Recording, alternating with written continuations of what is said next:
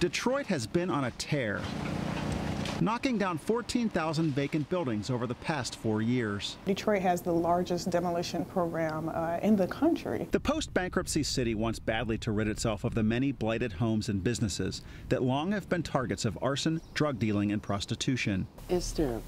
It really is.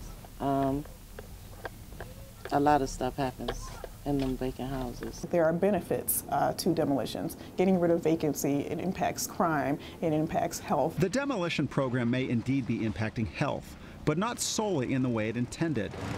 A preliminary study suggests demolitions may be responsible for elevated lead levels in kids living nearby, a link that resident Juan Green wants the city to explore. Yes, a lot of people want answers.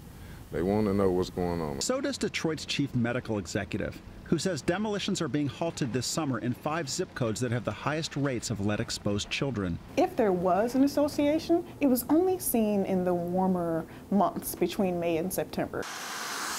Unlike the lead crisis in nearby Flint, where water was the culprit, here it's paint. In the city of Detroit, we know that the primary reason that children are exposed to lead is old homes, right? 93% of the homes in the city of Detroit were built before 1978, which is when lead paint was outlawed. Raising old homes sends lead dust particles into the air.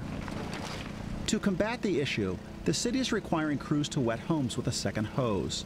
It also has formed a task force whose members will go door to door beginning later this summer to educate families on how to protect kids and test their lead exposure levels at home. We're kind of throwing the kitchen sink at it a little bit, but again, we're talking about people, we're talking about children, and so we have to do everything we can to make sure the program is as safe as possible.